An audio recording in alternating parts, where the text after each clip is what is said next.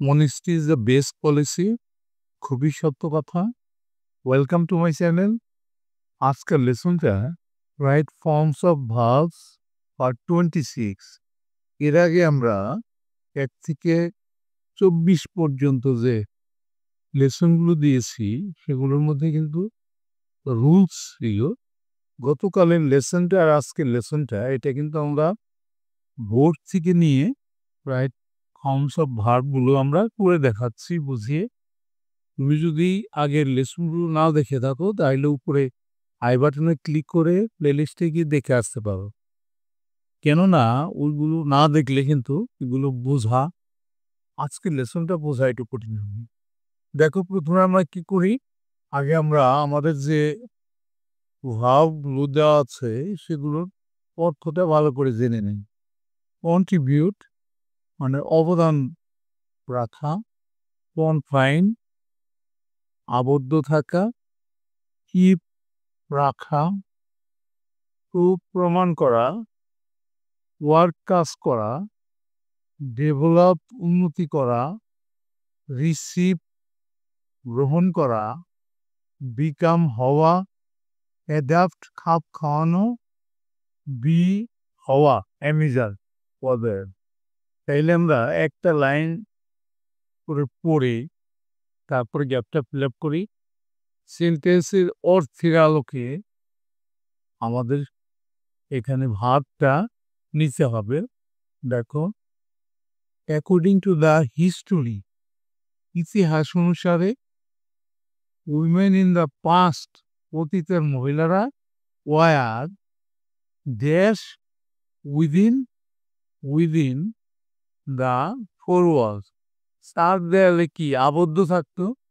তাহলে আবদ্ধ থাকা কনফাইন, এটা আমরা নিতে পারি। ওয়ার আছে যেহেতু এখানে, দেখো খেয়াল করো ওয়ার আছে, ওয়ার তাহলে তারপরে মূল ভার্বের পাস্ট পার্টিসিপল বসবে, তাইলে হবে কনফাইন্ড। আমরা একটা লিখে নেই, তাইলে কনফাইন্ড একটা গ্যাপ কিন্তু আমাদের হয়ে গেল। যে শব্দটা আমরা নিলাম সেটা কিন্তু আমরা টিক দিয়ে রাখলাম যে এটা আমাদের নেওয়া হয়ে গেছে। আর কেন আমরা এখানে পাস্ট পার্টিসিপল ফর্ম বসালাম, এটা হলো এই যে এমিজার ওয়াজ থাকলে তারপরে যে ভাবটা থাকে তার পাস্ট পার্টিসিপল হওয়ার প্যাসিভ ফর্মে। এরপরে কি বলল, বাট অ্যাট প্রেজেন্ট, কিন্তু বর্তমানে দে অ্যাট প্রেজেন্ট আছে, তাহলে এটা প্রেজেন্ট ফর্মে যাবে। They dash no longer captive to their parents or husband's house, তাহলে এখানে অবশ্যই বি আছে, সেখান থেকে আমাদের একটা প্রেজেন্ট ফর্মের অক্সিলারি নিতে হবে। দের সাথে অবশ্যই এই বিট থেকে আমরা নেব আর যাবে, তাহলে আমরা লিখে ফেলি they are no longer captive to their parents or husband's house. এখন আর পিতামাতা এবং স্বামীর বাড়িতে বসে থাকে না বর্তমানে। এরপরে কি বলল, with the passage of time, সময়ের বিবর্তনে, দ্য আউটলুক দৃষ্টিভঙ্গি, অ্যান্ড অ্যাটিটিউড এবং আচরণ, have been dash as men and women are dash themselves with the changing society। এই সেন্টেন্সের মধ্যে দুইটা গ্যাপ আছে, তাইলে কি হয়েছে, তাদের অ্যাটিটিউড এবং আউটলুকটা পরিবর্তন হয়েছে, চেঞ্জ রয়েছে, তাই না? তাইলে আমরা চেঞ্জটা আগে নিয়ে নেই, এখানে চেঞ্জ নাই, তাইলে এখানে উন্নত হয়েছে, তাহলে আমরা ডেভেলপ দিতে পারি। আর এখানে হ্যাভ বিন থাকার কারণে এটা কিন্তু প্যাসিভ ফর্মে, এই জন্য পাস্ট পার্টিসিপল ফর্ম বলবে ভার্বের developed. Develop as men and women are dash themself with the changing society, তারা পরিবর্তিত পরিস্থিতি সাথে খাপ খাওয়াই দিচ্ছে একে অপরের সাথে, তাই না? তাহলে খাপ খাওয়ানো অ্যাডপ্ট, তাহলে আমরা অ্যাডপ্টটা দিতে পারি এখানে যেহেতু এখানে উইমেন আর, তাহলে অ্যাডাপ্টিং প্রেজেন্ট কন্টিনিউয়াস টেন্সে যাবে। আর adapting themselves with the changing society. এরপরে গেছে বাই ড্যাশ এডুকেশন। বাইয়ের পরে তো জিরান বসে, এখানে ভার্বের সাথে আইএনজি যুক্ত হবে। এডুকেশন, এডুকেশন শিক্ষা গ্রহণ করা, তাই না? তাইলে আমরা এটা লিখে নিয়ে আগে রিসিভ এটে যাবে, তার সাথে আইএনজি যুক্ত হবে।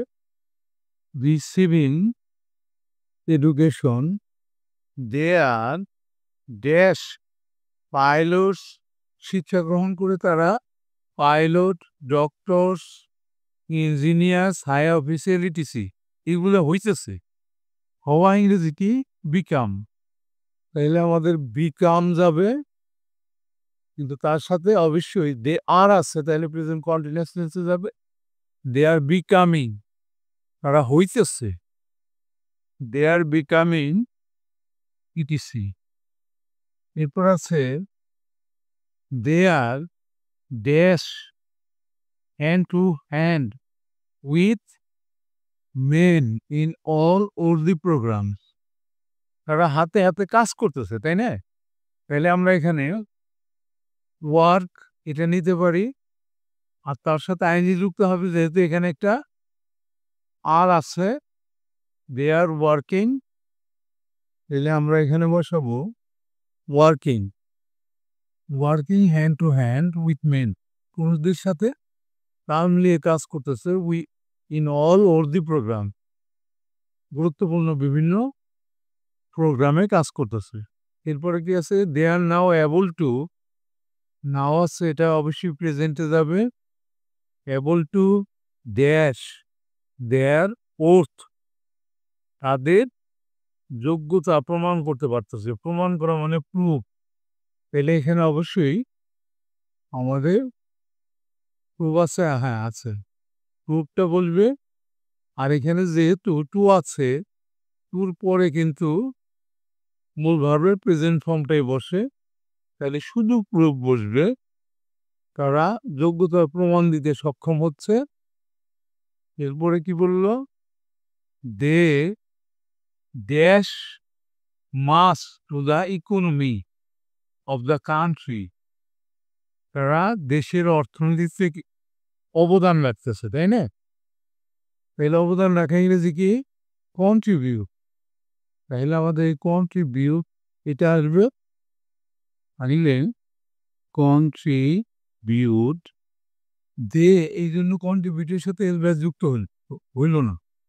দে contribute much to the economy of the country. এরপরে কি আছে? Now it has come to the realisation of men that, এখন পুরুষদের অনুধাবনের সময় আসছে যে নো ডেভেলপমেন্ট, কোনো উন্নয়নই ইজ পসিবল, সম্ভব হবে না, by dash half of our population idle at home, আমাদের অর্ধেক জনগোষ্ঠীকে বাড়িতে অলস অবস্থায় রেখে কোনো উন্নয়নই সম্ভব হবে না। তাহলে রেখে বাই, বাইয়ের পরে মূল ভাবের সাথে আইনজি যাবে। রাখা ইংরেজি কি? কিপ। এখানে এই যে কিপ আছে, আর এর সাথে আইনজি যুক্ত হবে কিপিং।